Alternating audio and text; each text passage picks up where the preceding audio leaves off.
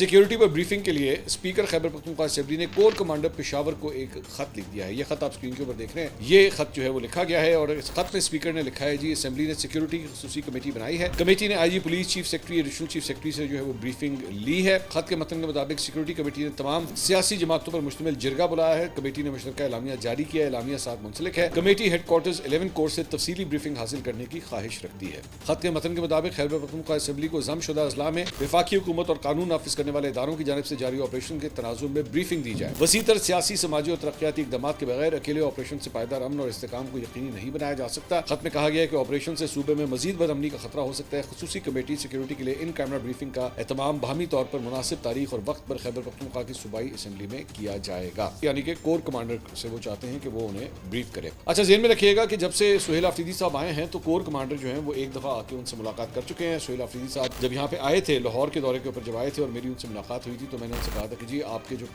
पिछले प्रीडिसेसर थे यानी कि गंडापुर साहब, वो कोर कमांडर साहब से मिलने के लिए उनके पास गए थे, तो क्या आप जाना चाहेंगे? उन्होंने कहा नहीं, मैं क्यों जाऊँगा, मैं चीफ एग्जीक्यूटिव हूँ, अगर उन्होंने आना है तो वो मेरे पास आए।